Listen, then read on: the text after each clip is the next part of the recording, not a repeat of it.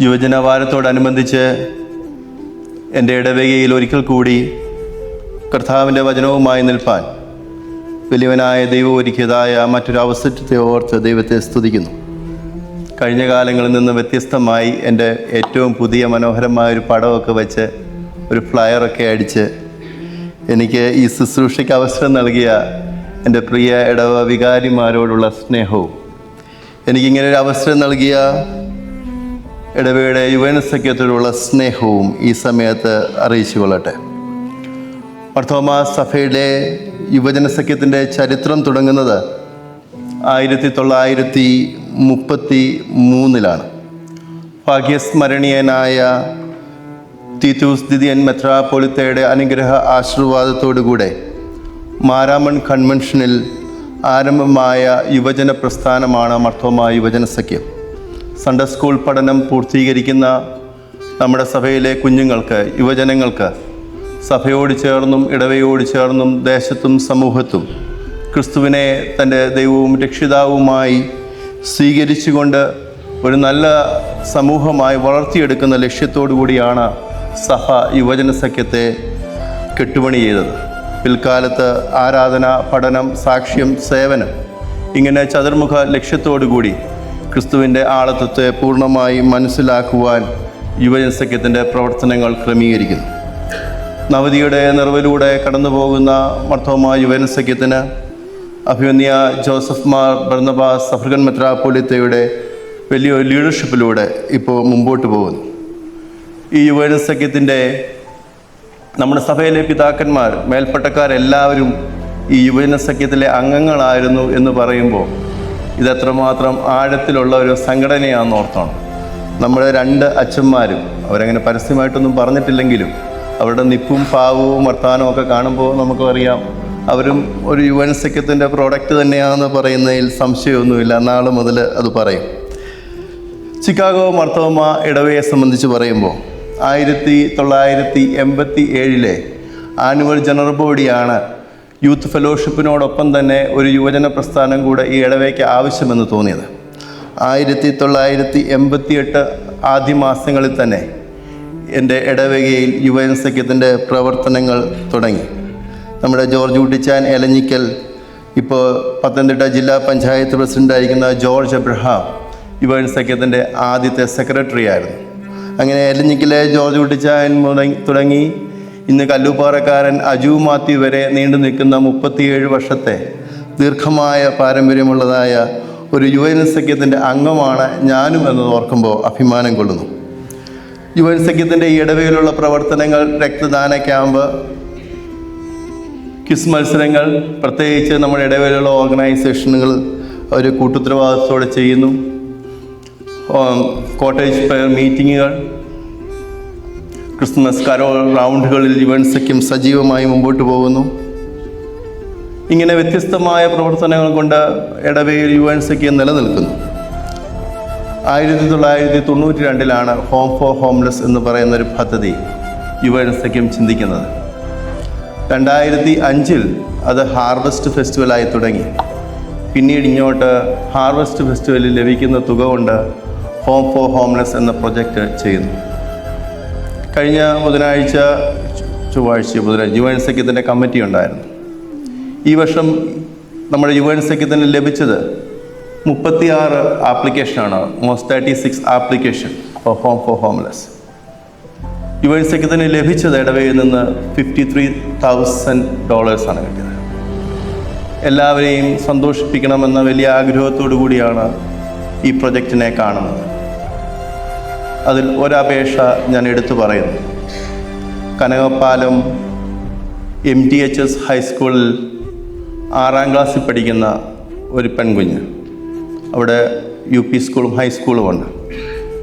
6ാം ക്ലാസ്സിൽ പഠിക്കുന്ന ഒരു കുഞ്ഞിൻ്റെ അപേക്ഷ ഈ 36 ആപ്ലിക്കേഷൻ്റെ കൂടെ ഉണ്ടായിരുന്നു. ആ ആപ്ലിക്കേഷൻ കാണുമ്പോഴേ അറിയാമായിരുന്നു ഇതൊരു കുഞ്ഞെഴുതിയ ആപ്ലിക്കേഷനാണ്. HMൻ്റെ ഒരു റെക്കമെൻഡേഷൻ ലെറ്ററും പനച്ചിമൂട്ടിൽ അച്ഛൻ്റെ ഒരു റെക്കമെൻഡേഷൻ ലെറ്ററും ഈ അപേക്ഷ കൂടെ ഉണ്ടായിരുന്നു. ഞാൻ ആ സ്കൂളിലെ ഹെഡ് മിസ്സസുമായിട്ട് സംസാരിച്ചു. ഇങ്ങനെ ഒരു പ്രത്യേക ഒരു ആപ്ലിക്കേഷൻ കണ്ടപ്പോൾ 6ാം ക്ലാസ്സിൽ പഠിക്കാൻ മിടുക്കിയായ കുട്ടിയാണെന്ന് പറഞ്ഞു. വീടെന്നൊക്കെ പറയുമ്പോൾ നമ്മൾ കാണുന്ന പോലെ 10-15 ലക്ഷം രൂപയുടെയോ അല്ലെങ്കിൽ 25 ലക്ഷത്തിൻ്റെയോ വീടൊന്നുമല്ല. ഞാൻ ആ ടീച്ചറിനോട് ചോദിച്ചപ്പോൾ ആ ടീച്ചർ എനിക്കൊരു വീഡിയോ, ഞങ്ങൾ കുഞ്ഞിന് കൊടുക്കാൻ ആഗ്രഹിക്കുന്ന ഒരു വീടിൻ്റെ വീഡിയോ ഒക്കെ അയച്ചു തന്നു. 1.25 സെൻറ്റ് സ്ഥലം, ഈ തേയിലത്തോട്ടത്തിൻ്റെ ലയം പോലൊരു സ്ഥലത്ത് 2 കൊച്ചു മുറിയുള്ള, ഒരു കൊച്ചടുക്കളയുള്ള, ബാത്റൂം അടുത്തില്ല, അത് പണിയണം, വാതിലൊക്കെയുള്ള ഒരു കൊച്ചു വീട്. അധ്യാപകരുടെ കയ്യിൽ ഇച്ചിരി പൈസയുണ്ട്, ചില സംഘടനകളൊക്കെ ചെറുതായിട്ട് സഹായിക്കാമെന്ന് പറഞ്ഞു. 5 ലക്ഷം രൂപ മതി ആകെ. ഇങ്ങനെയുള്ള ചെറുകുകൾക്കാണ് നമ്മുടെ ഇടവയുടെ യുവജന സഖ്യം തണലാകുന്നത്. ദൈവം അനുവദിക്കുവാണെങ്കിൽ ഈ വർഷത്തെ ക്രിസ്തുമസ് 6ാം ക്ലാസ് പഠിക്കുന്ന കുഞ്ഞ് എൻ്റെ യുവജന സഖ്യത്തിൻ്റെ സഹായത്താലും സുരക്ഷിതമായൊരു കൂരയിൽ സമാധാനത്തോടെ കടന്നുറങ്ങും എന്ന് ഞാനും വിശ്വസിക്കുന്നു. ഞാൻ യുവജന സഖ്യത്തിൻ്റെ ഹാർവസ്റ്റ് ഫെസ്റ്റിവൽ കഴിഞ്ഞുള്ളതായ താങ്ക്സ് ഗിവിംഗ് പ്രയർ എൻ്റെ സുഹൃത്തുക്കളോട്, സഹോദരങ്ങളോട് ഇങ്ങനെ പറഞ്ഞു: നിങ്ങളുടെ കുഞ്ഞുങ്ങളെ കൊണ്ട് ഒരു ചെക്ക് എഴുതിപ്പിച്ച് അതിൻ്റെ മെമ്മോയിൽ ഹോം ഫോർ ഹോംലെസ് എന്ന് എഴുതി ഒരു ചെക്ക് ഈ ദേവാലയത്തിൽ കൊടുക്കുവാൻ നിങ്ങളുടെ കുഞ്ഞുങ്ങളെ പഠിപ്പിക്കണം. ഈ വർഷം അവർ $100 കൊടുത്താൽ അടുത്ത വർഷമാകുമ്പോൾ അവർ തന്നെ തീരുമാനിക്കും ഇതൊരു ജെന്യുവിൻ കോസാണ്. Last year I will pay $100, this year I will pay more than 100 എന്ന് പറഞ്ഞൊരു ചെക്ക് എഴുതുവാൻ കുഞ്ഞുങ്ങളെ ശീലിപ്പിക്കണമെന്ന് ഞാൻ എൻ്റെ സുഹൃത്തുക്കളോട് പറഞ്ഞു. ഹാർവസ്റ്റ് ഫെസ്റ്റിവൽ ആകുമ്പോൾ ഞങ്ങൾ കഴിഞ്ഞ വർഷത്തെ കണക്കൊക്കെ എടുത്ത് നോക്കും. നമ്മുടെ ഈ ഇടവകയിലെ ആരൊക്കെയാണ് ഏറ്റവും കൂടുതൽ തരുന്നതെന്നൊക്കെ ഞങ്ങൾക്കറിയാം. ഞങ്ങൾ ഈ ലിസ്റ്റുകളിലൂടെയൊക്കെ ഇങ്ങനെ പോകുമ്പോൾ പറയും, ഈ ആളിൽ നിന്ന് നമ്മൾ 1000 പ്രതീക്ഷിക്കുന്നു, ഈ ആളിൽ നിന്ന് 500 പ്രതീക്ഷിക്കുന്നു, ഇവരുടെ നിന്ന് 250 പ്രതീക്ഷിക്കുന്നു, ഇവരൊരു വീട് മേടിച്ചിട്ടുണ്ട്, അതിന് അവരോട് പ്രത്യേകം പോയി ചോദിക്കാം, ഇങ്ങനെയൊക്കെ ചിന്തിക്കും. അങ്ങനെ നോക്കി വന്നപ്പോൾ ഒരു പേര്, എല്ലാ വർഷവും നല്ലപോലെ തുക തരുന്നൊരു പേര് ഞാൻ കണ്ടു. അപ്പോൾ ഞാൻ എൻ്റെ അടുത്തുള്ളവരോട് പറഞ്ഞു, ഈ തുക ഈ വർഷം നമുക്ക് ലഭിക്കില്ല. കാരണം എനിക്ക് ഏറ്റവും പ്രിയമുള്ള ആ അങ്കിള് ഈ വർഷം ലോകത്തു നിന്ന് മാറ്റപ്പെട്ടു. അതുകൊണ്ട് ആ തുക എനിക്ക് ലഭിക്കില്ല എന്ന് ഞാൻ മനസ്സുകൊണ്ട് വിചാരിച്ചു. ഹാർവസ്റ്റ് ഫെസ്റ്റിവലിന് ഒരാഴ്ച മുമ്പ് ആ അച്ചായൻ്റെ സഹധർമ്മിണി യുവജന സഖ്യത്തിൻ്റെ അടുക്ക വന്നിട്ട് ഞങ്ങൾക്കൊരു എൻവലപ്പ് തന്നു. എന്നിട്ട് എന്നോട് ഇങ്ങനെയാണ് പറഞ്ഞത്: അച്ചായൻ എന്താണോ നിങ്ങൾക്ക് ചെയ്തിരുന്നത് അതിലൊന്നുപോലും കുറയാതെ ഞാൻ ജീവിച്ചിരിക്കുന്നിടത്തോളം കാലം നിങ്ങൾക്ക് തരും. അച്ചായൻ എന്താണോ നിങ്ങളോട് കാണിച്ച സ്നേഹം അതിൽ ഒരു തരി പോലും കുറയാതെ ഞാൻ ജീവിച്ചിരിക്കുന്നിടത്തോളം കാലം യുവജന സഖ്യത്തോട് ചെയ്യും. ഇങ്ങനെ പകരപ്പെടുന്നതായ, ഇങ്ങനെ കൊടുക്കുന്നതായ സാക്ഷ്യമുള്ള ഇടവകയിൽ ചിക്കാഗോ മർത്തോമ യുവജന സഖ്യത്തിൽ ഒരു അംഗമായിരിക്കുന്നതിൽ നമുക്ക് അഭിമാനിക്കാം. ചിക്കാഗോ മർത്തോമ ഇടവേള യുവജന സഖ്യം ഒരു രുചിക്കൂട്ടാണ്. സൺഡേ സ്കൂളിൽ യുവജന സഖ്യം സജീവമാണ്, സേവ്യ സംഘത്തിൽ യുവജന സഖ്യം സജീവമാണ്, ഇടവ മിഷന് യുവജന സഖ്യം സജീവമാണ്, സീനിയർ ഫെലോഷിപ്പ് യുവജന സഖ്യം സജീവമാണ്, അതുപോലെ തന്നെ യൂത്ത് ഫെലോഷിപ്പ് യുവജന സഖ്യം സജീവമാണ്. ഇങ്ങനെ എല്ലാ ഓർഗനൈസേഷനിലും യുവജന സഖ്യത്തിൻ്റെ കൂട്ടുകാരുണ്ട്. അതുകൊണ്ടാണ് ഞാൻ പറഞ്ഞത് ചിക്കാഗോ മർത്തോമ ഇടവയുടെ യുവജന സഖ്യം ഒരു രുചിക്കൂട്ടാണെന്ന്. നാളെയും ഈ രുചിക്കൂട്ട് ഈ ഇടവയിൽ തുടരട്ടെ. അനേകർക്ക് ആശ്വാസമാകുവാൻ, നല്ല നല്ല പ്രവർത്തനങ്ങൾ ചെയ്യുവാൻ ചിക്കാഗോ മർത്തോമ യുവജന സഖ്യത്തിന് കഴിയട്ടെ. അതിൻ്റെ അംഗീകാരമാണല്ലോ തുടർച്ചയായ 3ാം വർഷവും ഈ ഡയസിസിലെ ഏറ്റവും നല്ല യുവജന സഖ്യത്തിനുള്ള ഒരു അഭിമാനപൂർവമായ അംഗീകാരം ഭദ്രാസനം ഞങ്ങൾക്ക് നൽകിയിരിക്കുന്നത്. അതുകൊണ്ട് സഭയുടെ യുവജന സഖ്യത്തെ ഓർത്തും ഇടവയുടെ യുവജന സഖ്യത്തെയും ഓർത്ത് പ്രാർത്ഥിക്കണം. നാളെയും ഇവിടെ നിലനിൽക്കുവാൻ നമ്മുടെ പ്രാർത്ഥന വളരെ അത്യാവശ്യമാണ്. വചന ശുശ്രൂഷയ്ക്ക് വേണ്ടി ഒരുങ്ങാം. സത്യവചനം കേട്ടു നീ വാ, നിത്യജീവൻ നിനക്കേകിടുമേ. സത്യവചനം കേട്ടു നീ വാ, നിത്യജീവൻ നിനക്കേകിടുമേ. നിൻ പേരു ജീവാ പുസ്തകത്തിൽ ഉണ്മയായിന്ന് എഴുതിയിടുമേ. നല്ല സമയം വൃഥാവാക്കാതെ നിന്നെ യേശു വിളിച്ചിടുന്നു. വരുവീനി നല്ല സമയം വൃഥാവാക്കാതെ നിന്നെ യേശു വിളിച്ചിടുന്നു. യേശുവേ, നിൻ്റെ ആലയത്തിൽ ഞങ്ങളായിരിക്കുന്നു.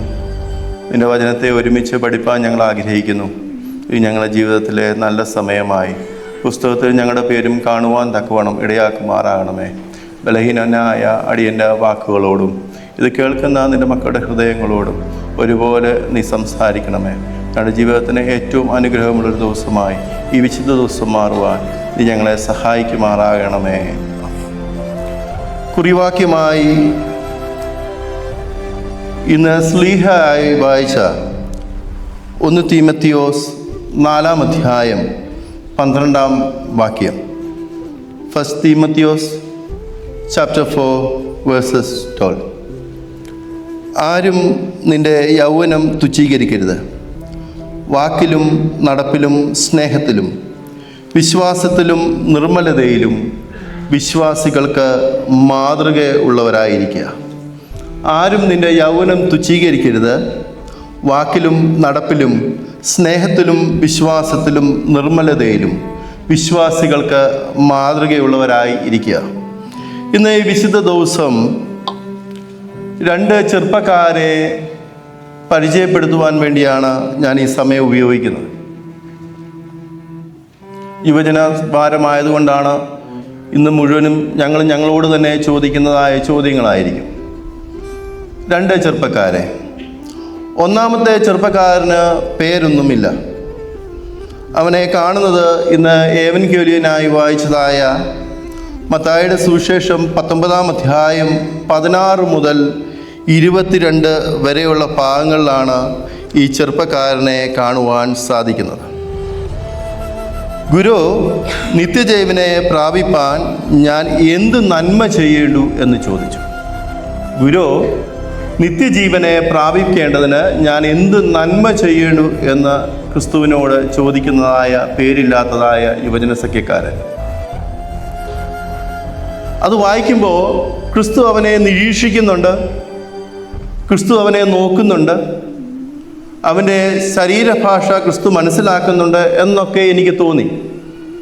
എന്തുകൊണ്ടായിരിക്കും ഈ ചെറുപ്പക്കാരൻ ക്രിസ്തുവിനോട് വന്നിട്ട് നിത്യജീവൻ പ്രാപിപ്പാൻ ഞാൻ എന്തു നന്മ ചെയ്യേണ്ടു എന്നൊരു ചോദ്യം അങ്ങോട്ട് ചോദിക്കുവാൻ അവൻ എങ്ങനെ തോന്നി എന്ന് എൻ്റെ മനസ്സിൽ കൂടെ ചിന്ത പോയി. ഞാൻ 3 സുവിശേഷങ്ങളിലും പോയി ഇത് മാറി മാറി വായിച്ചു. എനിക്ക് അവനിൽ കാണുവാനുണ്ടായിരുന്നതായ ഒരു ചിന്ത, അവന് ഭയങ്കര ആത്മവിശ്വാസമായിരുന്നു. അവൻ്റെ കോൺഫിഡൻസ് ലെവൽ അത്ര ഹൈ ആയിരുന്നു. അവന് ഒന്നും അറിയാത്ത ഒരു യുവജന സഖ്യക്കാരനല്ല. അവന് നന്നായിട്ടറിയാം നിത്യജീവൻ പ്രാപിക്കേണ്ട ആവശ്യകതയെപ്പറ്റി അവന് നന്നായിട്ടറിയാം. നിത്യജീവൻ വേണമെങ്കിൽ നന്മ ചെയ്യണമെന്നും അവനറിയാം. ഒന്നും അറിയാത്ത ഒരു യുവാവായിട്ടല്ല ക്രിസ്തുവിൻ്റെ മുമ്പിൽ ഈ ചെറുപ്പക്കാരൻ നിൽക്കുന്നത്. അവനെല്ലാം അറിയാം. അവൻ ആരോടാണ് ഈ ചോദ്യം ചോദിക്കുന്നതെന്നും എന്തുവാണ് ഈ ചോദിക്കുന്നതെന്നും അവന് നല്ലവണ്ണം അറിയാം. പക്ഷെ ഒരു കാര്യം നീ മനസ്സിലാക്കിക്കോണം, അവനെ നീ അറിയുന്നതിനെക്കാട്ടിലും അധികമായി നിന്റെ ഹൃദയങ്ങളെയും ഹൃദയവിചാരങ്ങളെയും അറിയുന്ന ഒരു യഹോവയുടെ മുമ്പിലാണ് നീ നിൽക്കുന്നത് എന്ന് യുവജന സഖ്യക്കാരാ നീ മറന്നു പോകരുത്. അവിടെ ക്രിസ്തു അവനോട് പറയുന്നുണ്ട്, കുല ചെയ്യരുത്, മോഷ്ടിക്കരുത്, വ്യഭിചാരം ചെയ്യരുത്, കൂട്ടുകാരൻ്റെ മറ്റൊന്നും മോഹിക്കരുത്, അമ്മയെ അപ്പനെ ബഹുമാനിക്കണം. അവൻ്റെ മറുപടി എന്തോന്നറിയാമോ? ഞാനിതൊക്കെ പണ്ട് മുതലേ ശീലിക്കുന്നതാണ്. അവിടെയും അവൻ്റെ ആത്മവിശ്വാസത്തിൻ്റെ ഒരു വലിയ രൂപമാണ് കാണുന്നത്. കുല ചെയ്യരുത്, മോഷ്ടിക്കരുത്, കൂട്ടുകാരൻ്റെ മറ്റൊന്നും മോഹിക്കരുത്, അമ്മയെ അപ്പനെ ബഹുമാനിക്കണം, വ്യഭിചാരം ചെയ്യരുത്. എന്തുകൊണ്ട് ക്രിസ്തു അവനോട് ചോദിച്ചില്ല, ഞാനല്ലാതെ മറ്റൊരു ദൈവം നിനക്കുണ്ടോ എന്ന്? എന്തുകൊണ്ട് ക്രിസ്തു അവനെ ഓർമ്മപ്പെടുത്തിയില്ല വിഗ്രഹങ്ങളെ ആരാധിക്കരുതെന്ന്? എന്തുകൊണ്ട് ക്രിസ്തു അവനെ ബോധ്യപ്പെടുത്തിയില്ല നീ എൻ്റെ ദിവസത്തെ ആചരിക്കണമെന്ന്? എൻ്റെ ഉള്ളത്തെ അറിയുന്ന ഒരു ക്രിസ്തുവിൻ്റെ മുമ്പിലാണ് ഞാൻ നിൽക്കുന്നതെന്ന് ഓർത്തോണം. ലോകപ്രകാരമുള്ള കൽപ്പനകളെ നീ മാനിച്ചും അനുസരിച്ചും മിടുക്കനായിട്ട് ജീവിക്കുന്നുവെങ്കിൽ, യുവനസഖ്യക്കാരാ, എന്നെ കേൾക്കുന്നവരെ, ദൈവം ആഗ്രഹിക്കുന്ന ചില കൽപ്പനകളും നീ ഉത്തരവാദിത്വം പറഞ്ഞേ മതിയാകുകയുള്ളൂ. ദൈവം ആഗ്രഹിക്കുന്നതായ ചില കാര്യങ്ങൾക്കും നീ കൽപ്പനകളും മറുപടി പറയണം. ക്രിസ്തുവിന് നീ നിന്റെ ജീവിതത്തിൽ എവിടെയാണ് സ്ഥാനം കൊടുത്തിരിക്കുന്നത്? ക്രിസ്തുവിന് വേണ്ടി നീ എന്തൊക്കെ ചെയ്യുന്നുണ്ട്? ലോകപ്രകാരം നീ മാന്യനായിരിക്കും, ലോകപ്രകാരം നീ മിടുക്കനായിരിക്കും. പക്ഷേ നീ നിൽക്കുന്നത് നിന്റെ ഉള്ളത്തെ അറിയുന്ന ഒരു യഹോവയുടെ മുമ്പിലാണെന്ന് ഓർത്തോണം. ക്രിസ്തു അവനോട് പറയുന്നതായ മറ്റൊരു വാക്കുണ്ട്, സൽഗുണപൂർണനാകുവാൻ നീ ഇച്ഛിക്കുന്നുണ്ടേ എങ്കിൽ, സൽഗുണപൂർണനാകുവാൻ നീ ഇച്ഛിക്കുന്നുണ്ടേ എങ്കിൽ സകലതും വിറ്റ് നീ ദരിദ്രർക്ക് കൊടുത്താൽ നിനക്ക് സ്വർഗത്തിലൊരു നിക്ഷേപമുണ്ടാകും. എന്നിട്ട് നീ വന്ന് എന്നെ അനുഗമിപ്പീൻ. വിറ്റ് ദരിദ്രർക്ക് കൊടുക്കുക എന്ന് പറയുന്നത് കുരിശിന്റെ അനുഭവമാണ്. ത്യജിക്കപ്പെടുന്ന അനുഭവമാണ് വിറ്റ് ദരിദ്രർക്ക് കൊടുക്കുക എന്ന് പറയുന്നത്. ക്രിസ്തു സകലതും കുരിശിലാണ് ത്യജിച്ചത്. സഭ എടുത്ത് എറിഞ്ഞ് ഉടച്ചപ്പെട്ടപ്പോഴാണ് വിശ്വാസ സമൂഹങ്ങൾ ഉണ്ടായത്. വിൽക്കുക എന്ന് പറഞ്ഞാൽ നിന്നെ പൂർണ്ണമായി യഹോവയ്ക്ക് കൊടുക്കുക എന്നതാണ് അതിൻ്റെ അർത്ഥം. നിത്യജീവനെ അന്വേഷിച്ചു വന്നതായ ചെറുപ്പക്കാരനോട് ക്രിസ്തു പറയുകയാണ്, സകലതും വിറ്റ് നീ ദരിദ്രർക്ക് കൊടുത്തിട്ട് നിനക്ക് സ്വർഗത്തിൽ നിക്ഷേപമുണ്ടാകും. പിന്നെ വന്ന് നീ എന്നെ അനുഗമിപ്പീ. നിത്യജീവൻ കിട്ടണമെങ്കിൽ വിറ്റാൽ മാത്രം പോരാ, ദരിദ്രർക്ക് കൊടുത്താൽ മാത്രം പോരാ. ക്രിസ്തുവിൻ്റെ പിന്നാലെ അനുഗമിക്കുന്ന അനുഭവങ്ങൾ ഉണ്ടാകണം. ക്രിസ്തുവിൻ്റെ പിന്നാലെ അനുഗമിച്ച് മുമ്പോട്ട് പോകുമ്പോഴാണ് നിത്യജീവന്റെ അനുഭവം ഉണ്ടാകുന്നത്. നീ സൽഗുണപൂർണനാകുവാൻ ആഗ്രഹിക്കുന്നുണ്ട്. കുരിശിന് തുല്യമായി നീ നഷ്ടപ്പെടുത്തിയിട്ട് ക്രിസ്തുവിൻ്റെ പിന്നാലെ നീ അനുഗമിച്ച് നിത്യജീവന്റെ അനുഭവത്തിലേക്ക് നീ പ്രവേശിക്കണം. ഞാൻ ഈ ഭാഗം വായിച്ചപ്പോൾ എന്നെ ഏറ്റവും കൂടുതൽ വിഷമിച്ച കാര്യം എന്താണെന്നറിയാമോ? എനിക്കറിയത്തില്ല, എൻ്റെ പരിമിതമായ അറിവിൽ നിന്ന് പറയുക, 12 ഒരുവനല്ലാതെ, അതുകൂടാതെ ക്രിസ്തുവിനോട് സംസാരിച്ചിട്ടും ക്രിസ്തു സത്യത്തെ ബോധ്യപ്പെടുത്തി കൊടുത്തിട്ടും അവൻ നല്ലവണ്ണം അവനോട് പറഞ്ഞു കൊടുത്തിട്ടും ക്രിസ്തുവിൻ്റെ കയ്യിൽ നിന്ന് വഴുതിപ്പോയ ഏക യുവജന സഖ്യ അംഗമാണ് ഞാൻ. ജീവിതാനുഭവങ്ങളിൽ ക്രിസ്തു നിന്റെ മുമ്പിൽ വന്ന് നിന്ന് പറഞ്ഞിട്ടും പറഞ്ഞു തന്നിട്ടും സത്യത്തെ മനസ്സിലാക്കുവാൻ സാധിക്കാതെ ക്രിസ്തുവിൻ്റെ കയ്യിൽ നിന്ന് വഴുതിപ്പോയ ഒരുവനുണ്ടെങ്കിൽ അവൻ നമ്മുടെ കൂട്ടുകാരനാണ്. ഒന്ന് ഓർത്ത് നോക്കിയേ, എത്ര ഭയാനം! എത്ര പേരെ അവൻ നേടി, എത്ര രോഗികളെ സൗഖ്യമാക്കി, എത്ര ചുങ്കക്കാരെ അവൻ പിടിച്ചു കയറ്റി. പക്ഷെ ഇവൻ മാത്രം ക്രിസ്തുവിൻ്റെ കയ്യിൽ നിന്ന് വഴുതിപ്പോയി. രണ്ടാമത്തെ ഒരു ചെറുപ്പക്കാരനെയും കൂടെ പരിചയപ്പെടുത്തി എൻ്റെ ശുശ്രൂഷയിൽ നിന്ന് പിന്മാറുവാനാണ് ഞാൻ ആഗ്രഹിക്കുന്നത്. ഒന്നാം പാഠഭാഗമായി വായിച്ച ദാനിയേലിൻ്റെ പുസ്തകം 6-ാം അധ്യായം 1 മുതൽ 10 വരെയുള്ള വാക്യങ്ങൾ. ഉത്കൃഷ്ട മാനസനായ ദാനിയേൽ, അവനും ഇതുപോലെ തന്നെ ആത്മവിശ്വാസത്തിൻ്റെ പ്രതിരൂപമായിരുന്നു. നെബൂഖദ്നേസർ രാജാവ്, ബൽസസർ രാജാവ്, ദാരിയാവാസ് രാജാവ്, ഇവരുടെയൊക്കെ രാജസിംഹാസനത്തിൽ ആത്മവിശ്വാസത്തോടെ ബുദ്ധിയോടുകൂടി ദൈവത്തെ പുകഴ്ത്തി ദൈവത്തെ ആരാധിച്ച് നിന്നതായ മറ്റൊരു യുവജന സഖ്യ അംഗമാണ് ദാനിയേൽ. അവൻ യഹോവയ്ക്ക് വിശ്വസ്തനായിരുന്നു.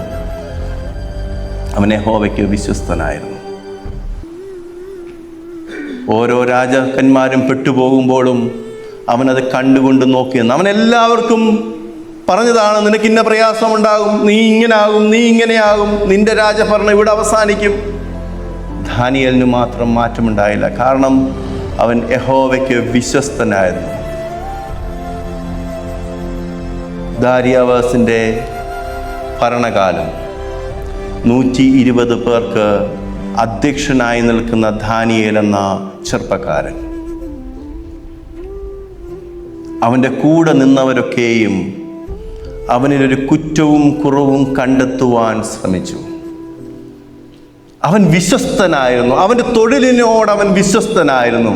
അവൻ്റെ യഹോവയ്ക്ക് അവൻ വിശ്വസ്തനായിരുന്നു. കൂടെ നിന്നവർ അവനിലൊരു കുറ്റവും കുറവും കണ്ടെത്തുവാൻ വേണ്ടി ആകുന്നത്ര പരിശ്രമിച്ചു. ആകുന്നത്ര. അവിടെ എഴുതിയിട്ടുണ്ട്, ആ പുരുഷന്മാർ. വേദപുസ്തകം വായിക്കുമ്പോൾ ചില വാക്കുകളൊക്കെ എൻ്റെ ഹൃദയത്തിൽ സ്പർശിക്കും. അവിടെ എഴുതിയിരിക്കുന്നൊരു വാക്കാണ് ആ പുരുഷന്മാർ. അവൻ്റെ കുറവിനെ കണ്ടെത്തുവാൻ, അവൻ്റെ കുറ്റത്തെ കണ്ടെത്തുവാൻ ശ്രമിച്ചു. രാജാവിൻ്റെ അടുക്ക പോയി ഒരു 30 ദിവസത്തേക്ക് ഒരു രാജനിയമം വേണമെന്ന് പറഞ്ഞു. രാജനിയമം മാത്രം പോരാ, അതിനോടൊപ്പം ഒരു വിരോധ കൽപ്പനയും. എന്ന് വെച്ചാൽ ഈ രാജനിയമം നീ ലംഘിക്കുകയാണ് എങ്കിൽ അതിനൊരു പണിഷ്മെൻ്റ് ഉണ്ട്. 30 ദിവസത്തേക്ക് മതി രാജാവേ. ഒരു കൽപ്പന എഴുതണം 30 ദിവസത്തേക്ക്, ഒരു എഴുത്തെഴുതണം 30 ദിവസത്തേക്ക്. ഈ യൗവനക്കാരൻ്റെ വിശ്വസ്തത നഷ്ടപ്പെടുത്തുവാൻ വേണ്ടി ഞങ്ങൾ നോക്കിയിട്ടൊന്നും കാണുന്നില്ല. ഒരപേക്ഷ, ഒരു കൽപ്പന എഴുതണം. ആർക്കും ഛേദമില്ലാത്ത കാര്യമല്ലേ?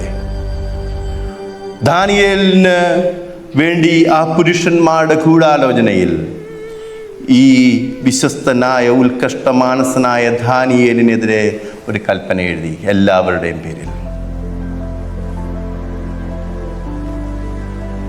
ദാനിയേൽ അത് കേട്ടപ്പോൾ അവൻ പ്രാർത്ഥനാ മുറിയിലോട്ട് പോയി. ഞാൻ 2-3 വേദപുസ്തകങ്ങൾ വായിക്കാറുണ്ട് കേട്ടോ. പല വേദപുസ്തകത്തിലെയും വാചകങ്ങൾ ശ്രദ്ധിക്കാറുണ്ട്. അവൻ പ്രാർത്ഥനാ മുറിയിലോട്ട് പോയപ്പോൾ യെരുശലേമിൻ്റെ കിളിവാതിലുകൾ അവിടെ തുറന്നു തന്നെ നിന്നു.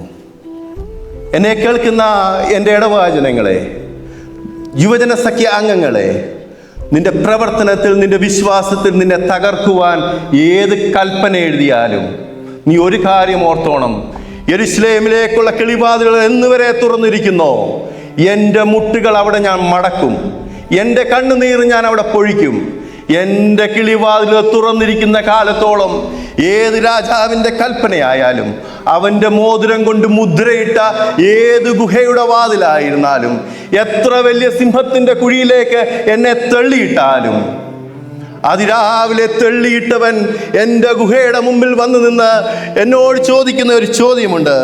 ജീവനുള്ള ദൈവത്തിൻ്റെ ദാസനായ ദാനിയേലേ, നിന്റെ യഹോവ നിന്നെ രക്ഷിച്ചോ? ഹല്ലേലൂയ. ഏത് ഗുഹയുടെ മുമ്പിലും, ഏത് മോതിരം കൊണ്ട് മുദ്രയിട്ട ഗുഹയുടെ മുമ്പിലും ഇട്ടവൻ വന്നു നിന്ന് ചോദിക്കുന്ന ഒരു ചോദ്യമുണ്ട്. ദൈവത്തിൻ്റെ ദാസനായ ദാനിയേലേ, നിന്റെ യഹോവ നിന്നെ രക്ഷിച്ചോ? 2 ചെറുപ്പക്കാർ. ഒരുത്തൻ ക്രിസ്തുവിൻ്റെ കയ്യിൽ നിന്ന് വഴുതിപ്പോയി, മറ്റവൻ യഹോവയുടെ കയ്യിൽ മുട്ടുകളെ മടക്കിയിരുന്നു. കിളിവാതിലുകളെ അടഞ്ഞു പോകാതിരിക്കുവാൻ വേണ്ടി യുവജന സഖ്യാംഗങ്ങളെ ആത്മാർത്ഥമായി പ്രാർത്ഥിക്കണം. ശോധനകൾ ധാരാളം ഉണ്ടാവും, പ്രയാസങ്ങൾ അനവധി ഉണ്ടാവും, തകരുന്ന നിമിഷങ്ങളുണ്ടാകും, ജീവിതത്തിൽ പതറിപ്പോകുന്ന നിമിഷം ഉണ്ടാവും, കള്ളനെ പോലെ നിൽക്കേണ്ട അനുഭവം ഉണ്ടാകും. ഒരു കാര്യം ഓർത്തോണം, ക്രിസ്തു ഇതിലും നിന്നതിനായിരുന്നു. നിന്റെ വേദനയൊക്കെ വെച്ച് നോക്കുമ്പോണ്ടല്ലോ, ക്രിസ്തു അനുഭവിച്ച നിന്ന ഈ കുരിശെന്ന് പറയുന്നത് ചിലരൊക്കെ പറയാറുണ്ട് ഈ ഇസ്രയേലിൻ്റെ ഒക്കെയാണ്. ഇസ്രയേലിൻ്റെ ഒന്നുമല്ല, അത് റോമൻ സാമ്രാജ്യത്തിൻ്റെ ഏറ്റവും നിന്ദതയുടെ അടയാളമാണ് കുരിശ്. ആകാശത്തിനും ഭൂമിക്കും മീതെ ഇറ്റുപോകുന്ന ശരീരങ്ങൾ പക്ഷികൾ കൊത്തിക്കൊണ്ടു പോകണം. അത്രയ്ക്ക് നിന്ദ്യമായ കുരിശിൽ വേദന അനുഭവിച്ചിന് നമ്മുടെ നിന്ദയൊന്നും ആയിരിക്കില്ലെന്നേ. അതുകൊണ്ട് എനിക്ക് പറയുവാനുള്ളത്, ഉത്കൃഷ്ടമാനസനായവൻ സൽഗുണപൂർണനാകുവാൻ, മടുത്തു പോകാതെ കിളിവാതിലുകൾ അടഞ്ഞു പോകാതിരിക്കാൻ വേണ്ടി മുട്ടിന്മേൽ നിന്ന് പ്രാർത്ഥിക്കണം. ബേബി എന്ന ഒരു കൊച്ചു ബാലനെ പറ്റി അറിയാം. ഇനി നിങ്ങൾ പറയുമ്പോൾ അവർക്കറിയാം, കാരണം മാരാമണ്ണുകാരൊക്കെ ഇവിടെ ഉള്ളതല്ലേ. കുഞ്ഞു ബേബി എന്നും ജോസഫ് എന്നും റവറൻ PT ജോസഫ് എന്നും ജോസഫ് മാർ ഐറേനിയോസ് എന്നും ജോസഫ് മർത്തോമ എന്നും ഒക്കെ വിളിച്ചതായ ആ ബേബി തന്നെ പാലേക്കുന്നത്തിൻ്റെ 5ാമത് മെത്രോപ്പൊളിത്ത. അഭിമന്യ പിതാവ് നമ്മെ വിട്ടുപോയിട്ട് 5 വർഷം തികയാണ്. തൻ്റെ യൗവനത്തിൽ സഭയുടെ പാരമ്പര്യത്തെ കൂട്ടുപിടിച്ച് പ്രാർത്ഥനകളും ആരാധനകളിലും ഒക്കെ ആഴമായി ഗ്രഹിച്ച് അനേക പ്രശ്നങ്ങളിലും ഒരു ഭീരുവിനെ പോലെ മാറി നിൽക്കാതെ ഉത്കൃഷ്ട മാനസനായി വിശ്വസ്തനായി നമ്മുടെ സഭയെ നയിച്ചതായ വന്യപിതാവിൻ്റെ ജീവിതത്തെ ഓർത്ത് ഞാൻ നന്ദി കരയേറ്റുന്നു. വിശുദ്ധ കുർബാനയ്ക്ക് വേണ്ടി നമ്മൾ ഒരുങ്ങുകയാണല്ലോ. എന്നെ കേൾക്കുന്ന യുവജന സഖ്യാംഗങ്ങളെ, ക്രിസ്തുവിൽ നിന്ന് വഴുതിപ്പോകുന്നവരായിട്ടല്ല, യഹോവയുടെ കരത്തിനുള്ളിൽ മുട്ടുമടക്കിയിരിക്കുന്ന ഒരു സമൂഹമായി തീരുവാൻ നമുക്ക് സാധിക്കണം. അഭിമന്യ തിരുമേനിയുടെ കുർബാന മധ്യേ ഉള്ളതായ 2 വരികൾ മാത്രം പറഞ്ഞുകൊണ്ട് ഈ ശുശ്രൂഷയിൽ നിന്ന് ഞാൻ അവസാനിപ്പിക്കുന്നു.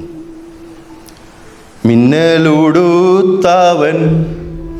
ആരെ കണ്ടൻ ഭ്രമിച്ചിടുമോ, മൺമേയരാവരെ പൂജിച്ചിടുമ്പോ മുഖം ശോഭിക്കും. മിന്നലിനെ വസ്ത്രമായി ധരിച്ചവനെ കണ്ട് ഭ്രമിച്ചിടുമോ? അപ്പവും മാംസവുമായ അവനെ മൺമേരായ നമ്മൾ പൂജിക്കുമ്പോൾ നമ്മുടെ മുഖവും അവനെ പോലെ ശോഭിക്കും. എന്നെ കേൾക്കുന്ന യുവജന സഖ്യാംഗങ്ങളെ, ആരും നിൻ്റെ യൗവനം തുച്ഛീകരിക്കരുത്. വാക്കിലും നടപ്പിലും സ്നേഹത്തിലും വിശ്വാസത്തിലും നിർമ്മലതയിലും വിശ്വാസികൾക്ക് മാതൃകയുള്ളവരായിരിക്കുക. ഈ വചനത്താൽ നമുക്കിന്ന് ബലപ്പെടുവാൻ യഹോവ നമ്മെ സഹായിക്കട്ടെ. ആമീൻ.